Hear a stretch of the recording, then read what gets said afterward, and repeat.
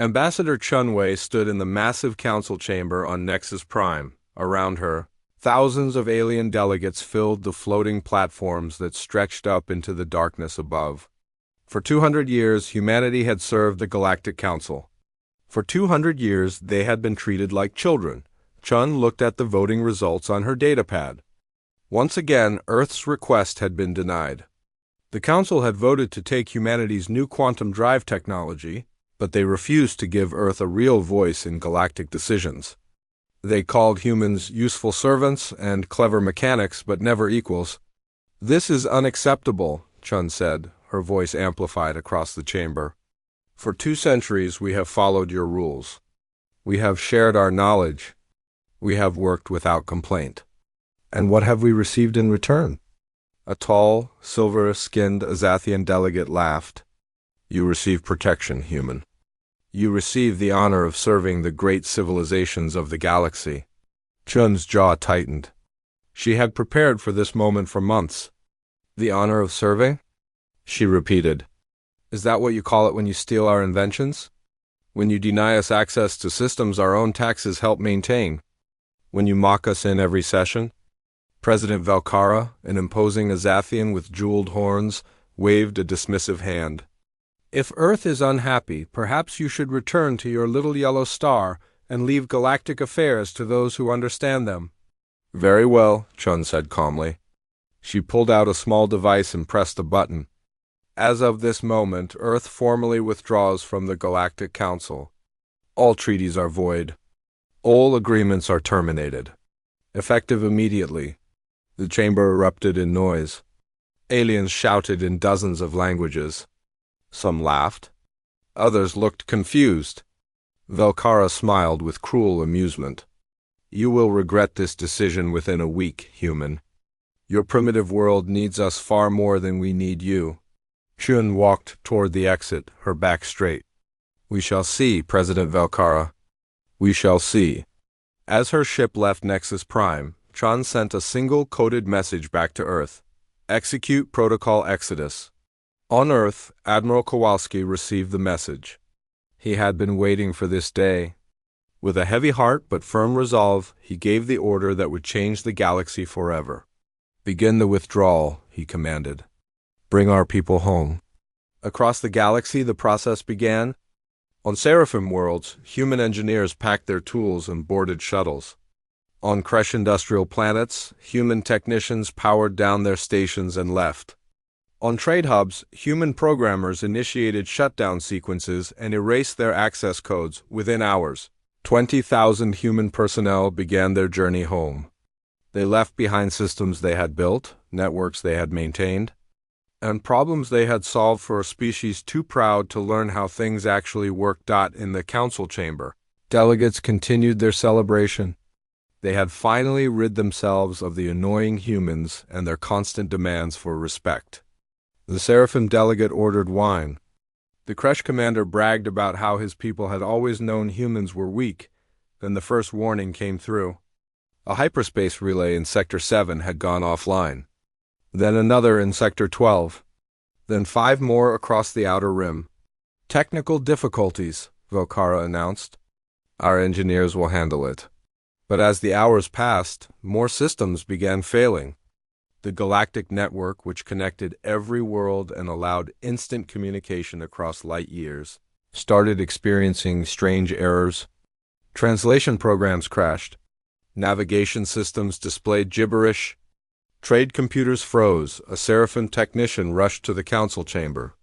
"President Velkara, we have a serious problem. The relay systems are collapsing. We tried to reboot them, but we do not understand the core programming. It was all designed by humans." Velkara's confident smile faded. "What do you mean you do not understand it? Surely your people can handle basic maintenance." "We thought we could," the technician admitted. "But the humans always handled the complex repairs. We only learned the simple tasks. The deeper systems are beyond our knowledge." Across the galaxy, the same realization was dawning. The proud Azathian fleet discovered their quantum cores were failing. Human engineers had maintained them for so long that the Azathians had forgotten how the technology worked. The Seraphim found their biodome filtration systems breaking down. The Kresh weapon factories went silent as manufacturing computers crashed. In every sector, the same panic spread. Humans had been everywhere, doing the jobs that others considered beneath them. They had fixed what was broken, improved what was inefficient, and solved problems that others ignored. For 200 years, humanity had been the invisible foundation holding galactic civilization together, and now they were gone. On Earth, Admiral Kowalski watched reports flooding in from across the galaxy. Desperate messages begged for human technicians to return. Offers of higher pay, better treatment, and more respect poured in from individual worlds. Should we respond? His aide asked. Kowalski shook his head. Not to the Council. But to individual worlds that contact us directly with fair offers, we can negotiate. Let them learn that respect cannot be demanded or bought cheaply. It must be earned. On Nexus Prime, President Velkara stared at the reports covering his desk. 3 major trade routes were now impassable. The galactic network was operating at 30% capacity. Food shipments were delayed. Medical supplies were stuck in warehouses because the inventory systems did not work. How long until our people can fix these problems? He demanded. His chief technician looked terrified. Months, perhaps years, President. The humans built these systems over 2 centuries. We do not have the knowledge they possess. We never bothered to learn. Velkara slammed his fist on the desk. Then contact Earth. Tell them we will negotiate. They refuse to answer our messages, President. They say they have nothing to discuss with the Council. For the first time in his long career, President Velkara felt genuine fear. He had dismissed humanity as insignificant, as servants who should be grateful for any scraps thrown their way. Now he realized the terrible truth. Earth had never needed the Council. The Council had needed Earth, and now humanity was gone, taking with them the knowledge and skills that had kept the galaxy running. In the darkness of space, human ships continued their journey home, leaving behind a galaxy that was finally learning the cost of arrogance. 3 weeks had passed since Earth's withdrawal from the Galactic Council. What began as minor technical problems had grown into a full crisis that threatened to tear civilization apart. Dr. Sarah Okonkwo sat in her office on Earth, watching news feeds from across the galaxy. The historian had spent years studying human contributions to galactic society. Now her research was proving more important than anyone had imagined. "It is worse than we thought," she said to Admiral Kowalski during their video call. The entire galactic infrastructure depended on human expertise. They built their civilization on our backs and never even realized it. On the screen behind her, Sarah displayed her findings. Look at this data. 80% of all hyperspace relays were maintained by human engineers. The universal translation software that every species uses was written by human programmers. The medical treatments saving lives on 1,000 worlds came from human doctors. The trade routes feeding billions were optimized by human logistics experts. Kowalski nodded grimly. And now they are learning what happens when you treat your most valuable people like servants. The reports from the galaxy painted a picture of cascading failure. On Azathia Prime, the proud Empire's military fleet sat in orbit, completely useless. Every ship depended on quantum cores that human engineers had maintained. Without regular maintenance, the cores were destabilizing. 3 ships had already been abandoned after their power systems became too dangerous to operate. Admiral Zethkar of the Azathian fleet stared at his powerless flagship. For years he had boasted about his people's military superiority. He had called humans weak and timid. Now his mighty warships were nothing more than expensive metal coffins drifting in space. How long until our engineers can repair the cores? He asked his chief technician. The technician looked ashamed. We do not know how, Admiral. The humans always did this work. We thought it was simple maintenance beneath our warrior culture. We never learned the science behind it. On Seraphim 7, a beautiful garden world, people were dying. The biodomes that made the planet habitable were failing. The atmospheric filtration systems, designed by human xenobotanists, were breaking down. The Seraphim had considered themselves the galaxy's greatest scientists. Yet they could not fix systems that humans had built and maintained. Counselor Lyra walked through the dying gardens, watching plants wither. Her people prided themselves on their grace and intelligence. They had treated humans like crude laborers, useful only for simple tasks. Now she understood how wrong they had been. "We were fools?" she whispered to her aide. "The humans understood our own atmosphere better than we did. They solved problems we did not even know existed. The Kresh Empire faced similar disasters. Their weapon factories, the source of their power and wealth, had gone silent. Every advanced alloy, every precision component, every quality control system had been designed or improved by human metallurgists and engineers. The Kresh had believed themselves to be the galaxy's greatest manufacturers. In truth, they had simply been following instructions left by humans. Trade across the galaxy ground to a halt. The galactic network, once capable of connecting every world instantly, had fragmented into broken pieces. Without human programmers to maintain the complex code, different systems could not communicate with each other. Messages took days instead of seconds. Financial transactions failed. Ships carrying vital supplies could not coordinate with their destinations. Famine loomed on agricultural worlds. The massive yields that had fed the galaxy for decades were mysteriously dropping. Alien agronomists had followed human-designed procedures without understanding why they worked. Now, facing unexpected blights and soil problems, they had no idea how to respond. President Velkara called emergency session after emergency session, but nothing helped. The Council had no solutions because they had never bothered to learn. They had taken human knowledge for granted. "We must contact Earth again," Counselor Lyra insisted. "Offer them whatever they want: technology, territory, a seat on the Security Directorate." Velkara sent the messages himself, trying to hide his desperation. He offered bribes, then incentives, then barely veiled threats. "If Earth does not help restore order, we will be forced to classify humanity as galactic terrorists, holding civilization hostage." The response came not from Earth's government but from Admiral Kowalski, broadcasted publicly across every functioning network in the galaxy. "The Galactic Council threatens Earth with terrorism charges for refusing to work for free," Kowalski said calmly. "For 200 years we maintained your systems. We solved your problems. We asked only for basic respect in return. Instead, you mocked us. You stole our inventions. You denied us equal standing. Now you call us terrorists because we will not continue to serve masters who treat us like slaves." He leaned forward, his eyes hard. "Let me be clear. Earth will not respond to threats. Earth will not negotiate with the Council that betrayed us. But individual worlds that wish to establish fair partnerships based on mutual respect may contact us directly." The broadcast ended, but Kowalski had attached something else. Files containing hundreds of documented cases of the Council stealing human technology, suppressing human advancement, and deliberately keeping Earth in a subordinate position. The evidence was damning. Dr. Okonkwo's research showed that the Council had systematically prevented humans from accessing resources that would have made Earth independent.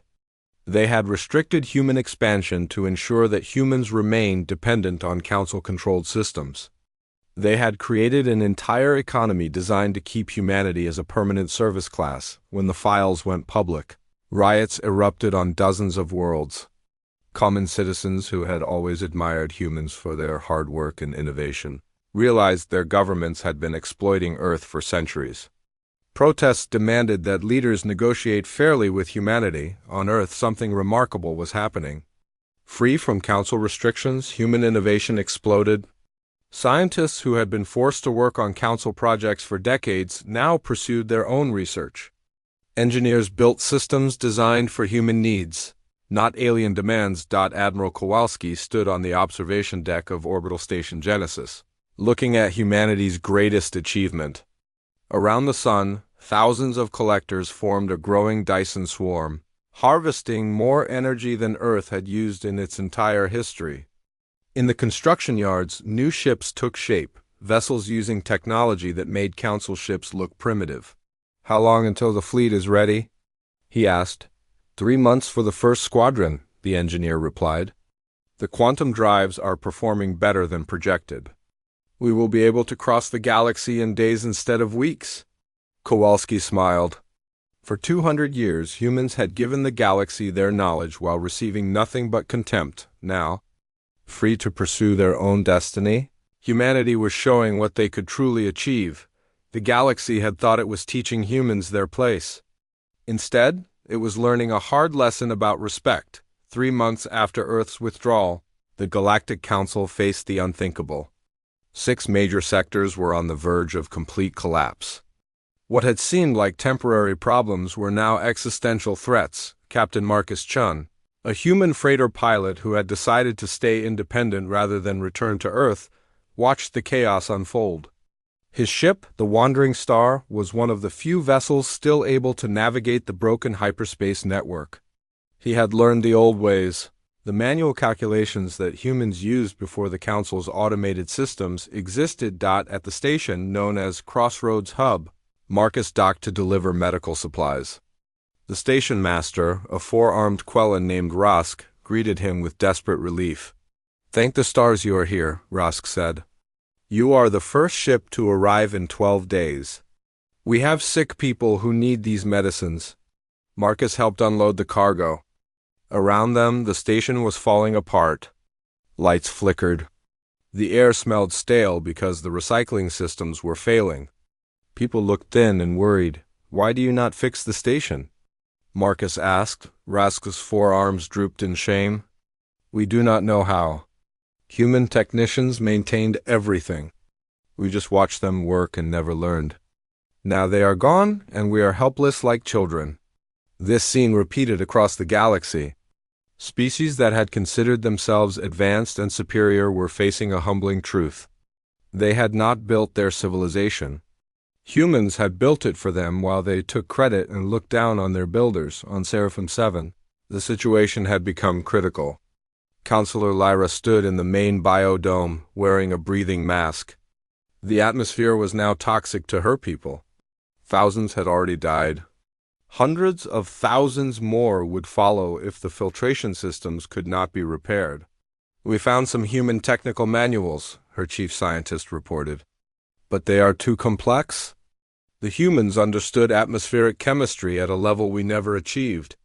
They did not just maintain our systems. They completely redesigned them to be more efficient.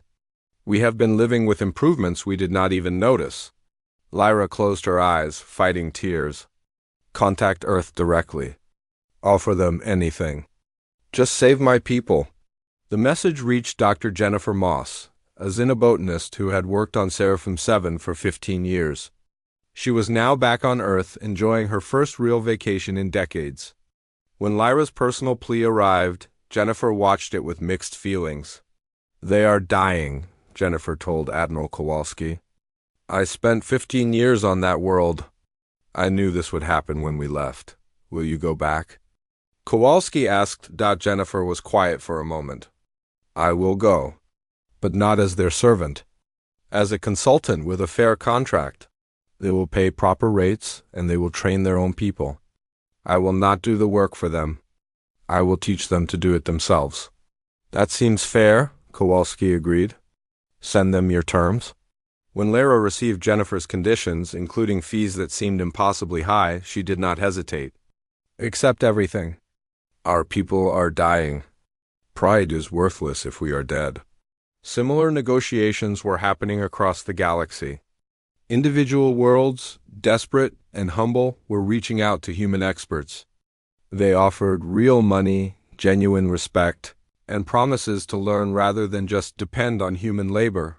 Earth's economy exploded. Human consultants, engineers, doctors, and scientists commanded enormous fees. More importantly, they had power to set their own terms. No more exploitation. No more stolen patents. No more being treated as servants. The Galactic Council watched helplessly as their authority crumbled. Member worlds were bypassing the Council entirely, making direct deals with Earth. The unified front that had dominated the galaxy for thousands of years was breaking apart. President Velcara tried one last desperate move. He sent the Enforcement Directorate's fleet toward the Sol system. 50 warships, the most powerful military force in known space, would remind Earth of its place. Admiral Zethkar led the fleet, though his flagship still ran on emergency power. "We will not fire unless necessary," he told his officers. "This is a show of force. Earth will see our mighty fleet and remember why they should fear us." But as the fleet emerged from hyperspace at the edge of the Sol system, they saw something that made Zethkar's blood run cold. Waiting for them were human ships. Not old Council-designed vessels that the fleet expected. These were something new. Sleek, powerful, and radiating energy signatures that exceeded anything in the Council's arsenal. "Attention Enforcement Fleet," a calm human voice came through. "You have entered Sol system without permission. You have 10 minutes to reverse course." Zethkar tried to sound confident. "This is Admiral Zethkar of the Galactic Council Enforcement Directorate. We are here to remind Earth of its obligations." "Earth has no obligations to the Council," the human voice replied. "You have 9 minutes." Zethkar gave the order to advance. His fleet moved forward in battle formation, weapons powered up. It was an intimidating display that had made countless worlds surrender without a fight. The human ships did not retreat. They did not even look concerned. They simply moved. What happened next stunned Zethkar and his entire fleet. The human ships accelerated to impossible speeds. They weaved between Council vessels like dancers, always staying just out of weapon range. Their quantum drives created beautiful trails of light as they demonstrated technology that made traditional hyperspace look like a child's toy. Then, without warning, every weapon system on every Council ship simply turned off. Precise electromagnetic pulses, surgical in their accuracy, had disabled the fleet's offensive capabilities without harming any crew members. The human ships took positions around the fleet, gently but firmly escorting them to the system's edge like parents guiding misbehaving children. "Your weapons will reactivate once you are 1 light year from Sol," the human voice explained. "Go home, Admiral. Tell the Council that Earth could have destroyed your fleet. We chose mercy instead. But do not test our patience again." The entire encounter was broadcast live. Every functioning network in the galaxy carried the footage. Species across known space watched the mighty Enforcement Directorate, humiliated without a shot being fired. On Nexus Prime, President Velcara watched the broadcast in his private chambers. His hands shook as he realized the terrible truth. Earth had not just left the Council. Earth had surpassed the Council entirely. While the galaxy had been mocking humans as primitive servants, humanity had been quietly developing technology that made them the most advanced civilization in known space. The next day, Velcara resigned in disgrace. It was revealed that his family fortune came from companies that had stolen human patents for decades. His political allies abandoned him. His name became a symbol of the arrogance that had brought the Council to ruin. A reform coalition took control of the Council, led by Councillor Lyra and others, who had always respected humanity but been silenced by the old guard. Their first official act was to send a message to Earth, not demands or threats or bribes, simply an apology. "We were wrong," the message said. "We treated you as servants when you were our teachers. We mocked you as primitive when you were more advanced than we knew. We stole from you while pretending to lead you. We are sorry. If Earth is willing, we wish to discuss a new relationship based on equality and respect." On Earth, Ambassador Chunwei read the message. She thought about the 200 years of insults, exploitation, and contempt that humanity had endured. She thought about how close the galaxy had come to learning nothing from this crisis. Then she thought about the future. About children who deserved to grow up in a better galaxy than the one their parents had known. "Tell them we will talk," she finally said. "But this time we talk as equals." 4 months had passed since the crisis began. The galaxy had split into 2 groups. Some worlds clung desperately to the old Council, hoping things would return to normal. Others embraced change, reaching out to Earth with respect and honest offers of partnership. Ambassador Shen Wei sat in her new office on Orbital Station Unity, humanity's diplomatic headquarters. The station floated in neutral space, deliberately built away from any established power center. Today, she was meeting with representatives from the Quellen Systems, a small alliance of trading worlds. "We want to propose a partnership," Ambassador Rask explained. His forearms gestured nervously. "The Quellens have always believed in fair trade and mutual respect. We were never comfortable with how the Council treated Earth. Now we wish to make things right." Chun smiled. "What are you offering?" "Access to our trading networks and resources, technical knowledge we possess, cultural exchange, and most importantly, equal standing in all agreements. No hierarchy. No superior and inferior partners. Just cooperation between equals." Chun reviewed their proposal carefully. It was fair, honest, and respectful. Earth accepts. Let us build something better together. Similar agreements were forming across the galaxy. The Seraphim, humbled by near extinction, had become Earth's most dedicated students. Counselor Lyra herself had enrolled in human universities, learning atmospheric science from the same professors she had once dismissed as crude technicians. "I spent my whole life believing we were the galaxy's greatest minds," Lyra told Dr. Jennifer Moss during one of their working sessions. "Now I realize we were just proud children playing with toys we did not understand." "Thank you for teaching us." Jennifer squeezed her friend's hand. "Thank you for being willing to learn. That takes real strength." Not everyone was willing to change.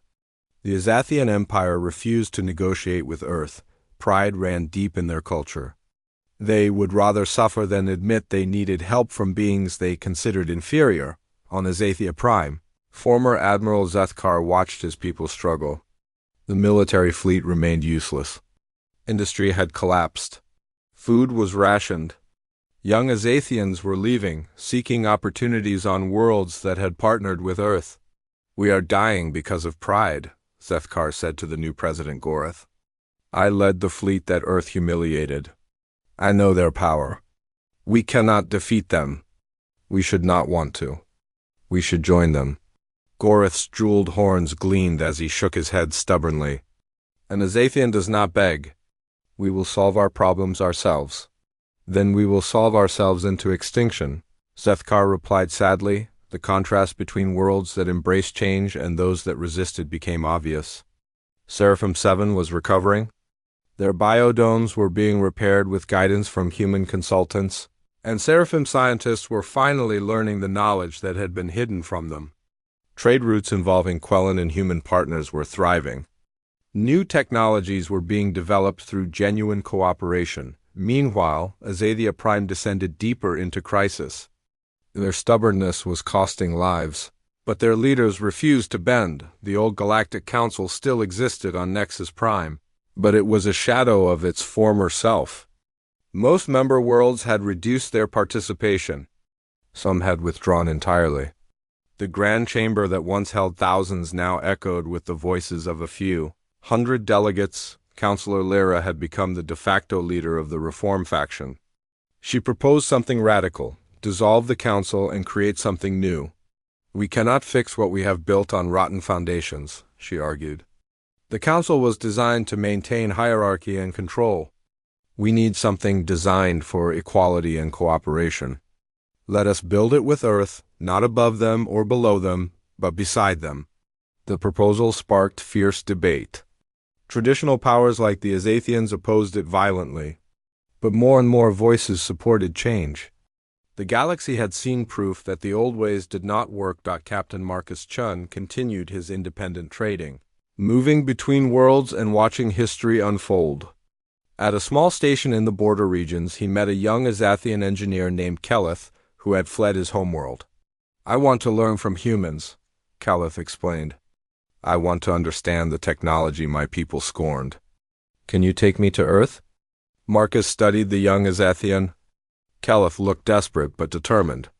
"Earth accepts students from any species, but you will not be treated special because of your heritage. You will work hard like everyone else." "That is all I ask," Keleth said. A chance to learn and be judged by my abilities, not my species. Marcus smiled. Welcome aboard. On Earth, Dr. Sarah Okonkwo prepared for her testimony before the new Interstellar Relations Committee. Her historical research had revealed uncomfortable truths about both human and alien history. We must be careful, she warned the committee. Yes, the Council exploited us, but revenge will only create new cycles of resentment. We have a chance to build something truly new. A society where all species contribute according to their strengths and share benefits fairly, but only if we resist the temptation to become what they were. Admiral Kowalski nodded in agreement. Earth did not leave the Council to dominate the galaxy. We left to be free. Now we must make sure that freedom extends to everyone, not just ourselves. 6 months after Earth's withdrawal, the formal announcement came. The Galactic Council would be dissolved. In its place, a new organization would form, the Cooperative Union of Free Systems. The founding ceremony took place not on Nexus Prime but on Horizon Station, a new facility built cooperatively by 12 species including humans. The station's design reflected its purpose. No species architecture dominated. Every style blended together, creating something unique and beautiful. Ambassador Xion Wei stood at the podium before representatives from 47 worlds. Some were former council members who had embraced reform. Others were independent systems that had never joined the council but were willing to try this new approach. Earth was just one voice among many? Today we begin something unprecedented, Chun said. A union based not on power but on principle. Not on domination but on cooperation. The old council believed that some species should rule and others should serve. We reject that completely.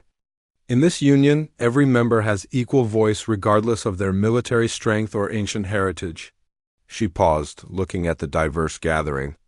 Earth does not seek to lead this union. We seek only to participate as equals. We bring our knowledge and skills, just as every species here brings theirs. Together we will build a future where respect is not earned through force but granted freely to all sentient beings. The chamber erupted in applause. Not everyone present agreed with every detail. Compromises had been made on all sides.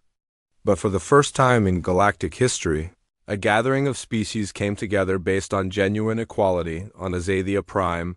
Former Admiral Zethkar watched the ceremony alone. His people were still too proud to attend. He felt a deep sadness for what his civilization had lost through arrogance. But then he noticed something on the broadcast. Among the founding members he saw a small delegation of young Azathians. They wore no official rank or government credentials. They were students who had left home to learn from humans. Now returning as representatives of a new generation that rejected the old ways, Keleth was among them. The young engineer stood beside his human classmates, wearing an Azathian-human hybrid uniform they had designed together.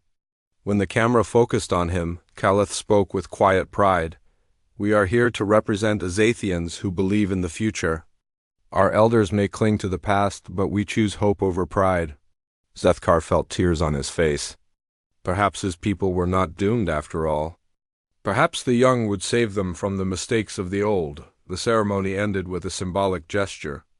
Representatives from each founding species placed their hands, claws, tentacles, or other appendages on a central sphere. The sphere glowed with light powered by contributions from every species' unique energy technology working in harmony. Let this be our symbol, Chun said. Many different beings working together to create something bright. As the light from the sphere filled Horizon Station, watchers across the galaxy saw the birth of a new era. The age of dominance and exploitation was ending.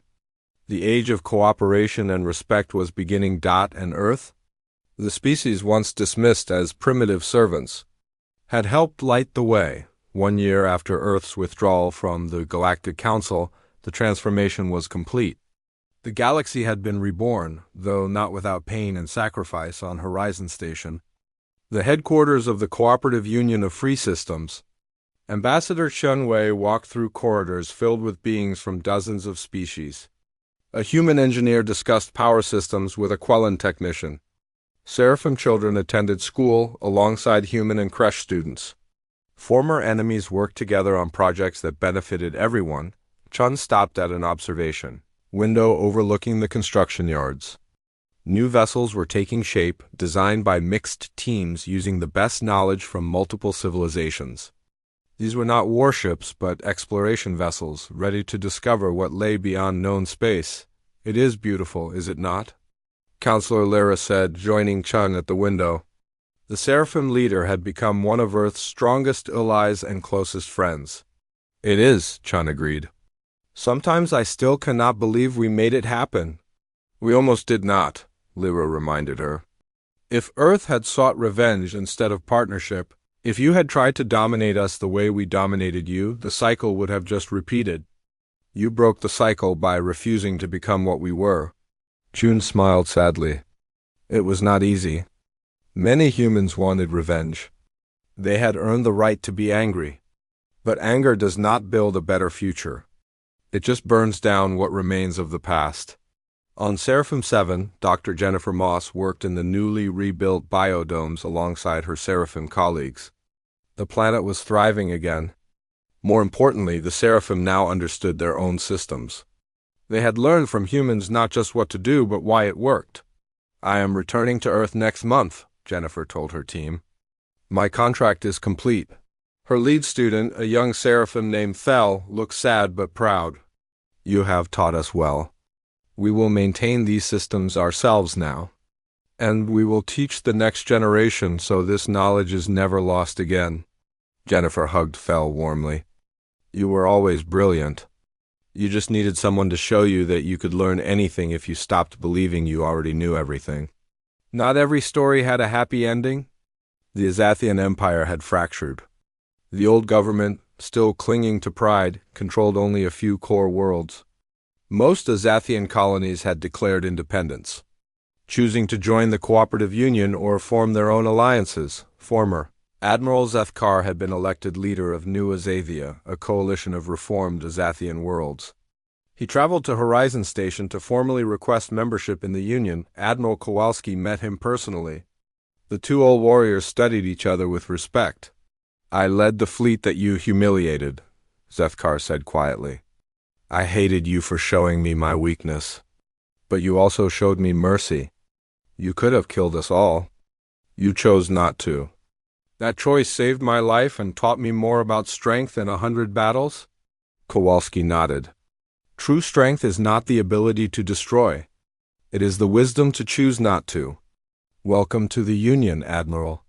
They shook hands, then embraced. Two former enemies now working toward the same future. On Earth, the transformation had been equally dramatic.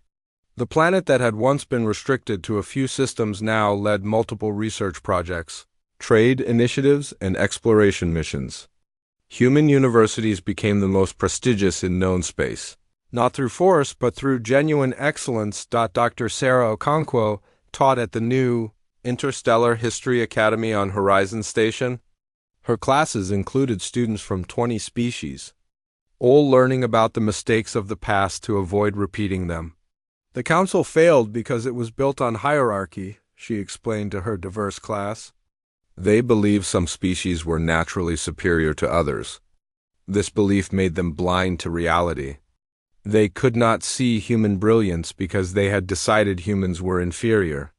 Never forget this lesson. The moment you decide someone is beneath you, you stop seeing who they really are. A young creche student raised her hand. Professor Okonkwo, was Earth always planning to develop superior technology in secret? Sarah laughed. No, we did not develop technology to surpass anyone. We developed it because we finally had the freedom to pursue our own interests. When you stop working to serve others and start working to fulfill your own potential, amazing things happen naturally. Captain Marcus Chun had become famous across the galaxy as the pilot who bridged worlds. His ship, the Wandering Star, carried not just cargo but also stories and ideas between different civilizations. Today he was transporting a very special passenger, Caliph. The young Azathian engineer who had left home to study with humans was returning to New Azathia. He had graduated with highest honors from Earth's Engineering Academy. "Are you nervous?" Marcus asked as they approached New Azathia orbit. Caliph touched the hybrid uniform he wore, displaying both Azathian and human symbols. "Nervous but ready. My people need engineers who understand modern technology. I will teach them what I learned. And more importantly, I will teach them that learning from others is not weakness. It is wisdom. Your father would be proud," Marcus said. "He is proud?" Caliph replied, smiling. "He sent a message last week. Former Admiral Zethkar, my father, told me that I have more courage than he ever had. He spent his life trying to prove Azathian superiority. I am spending mine trying to prove that superiority is an illusion. All species have value."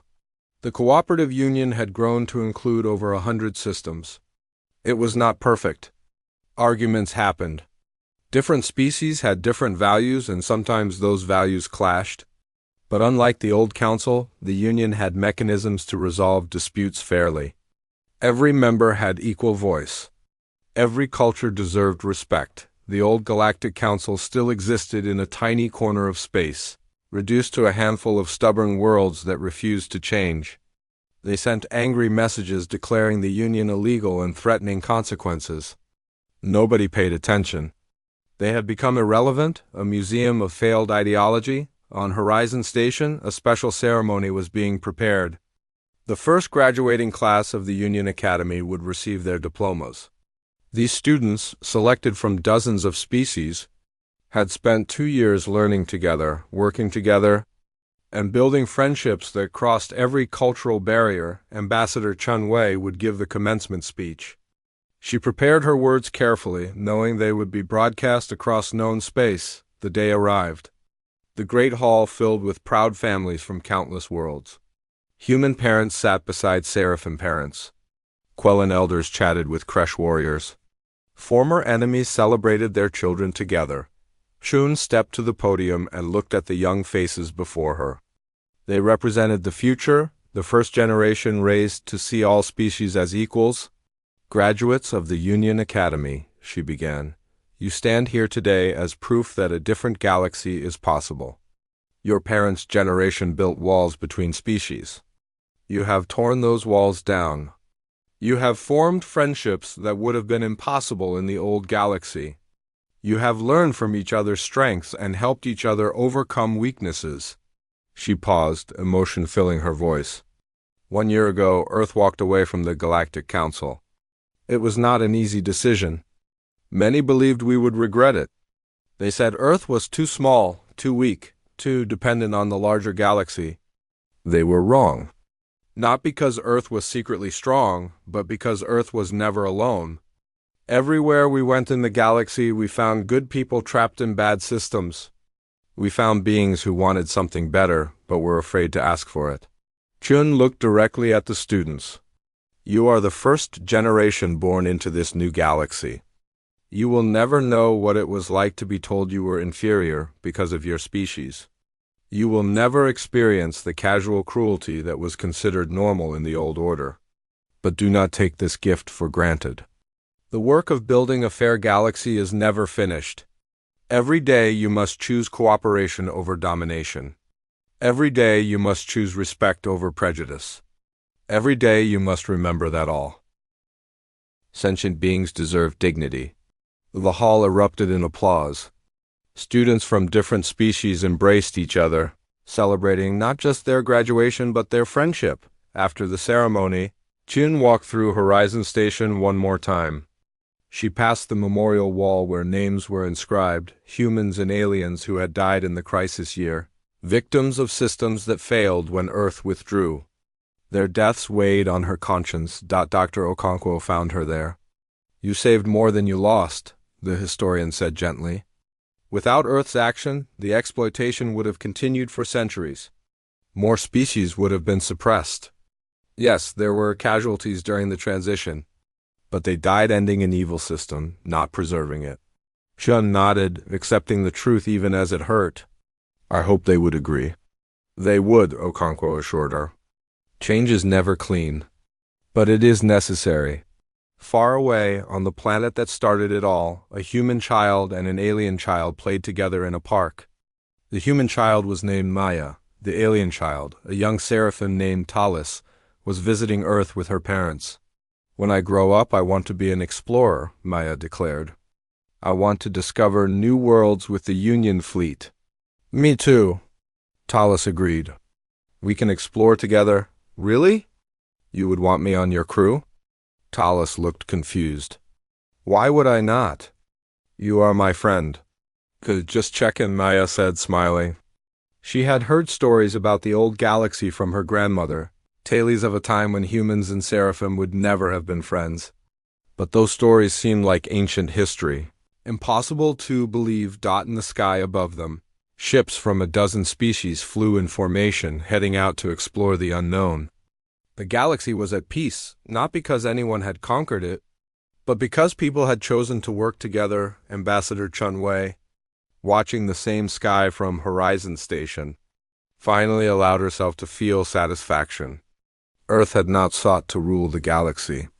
Earth had simply refused to be ruled unjustly. That one act of defiance had changed everything. Was it worth it? Admiral Kowalski asked. Joining her at the window, Chun thought about everything they had lost and everything they had gained. She thought about the children playing in parks, unaware that their friendship had once been impossible. She thought about young people from different species learning together, working together, building together. "Yes," she said finally. "It was worth it. What happens now?" Kowalski asked. Chun smiled. "Now we keep our promise. We treat others the way we wanted to be treated. We build the galaxy we wished had existed when we needed it. And we teach the next generation to be better than we were." Below them, the galaxy spun in the darkness, full of promise and possibility. Humanity had cut all ties with those who disrespected them. In doing so, they had discovered who their real friends were, and together all of them were building something better than anyone had imagined possible. The old order had fallen. A new dawn had risen, and the galaxy would never be the same again.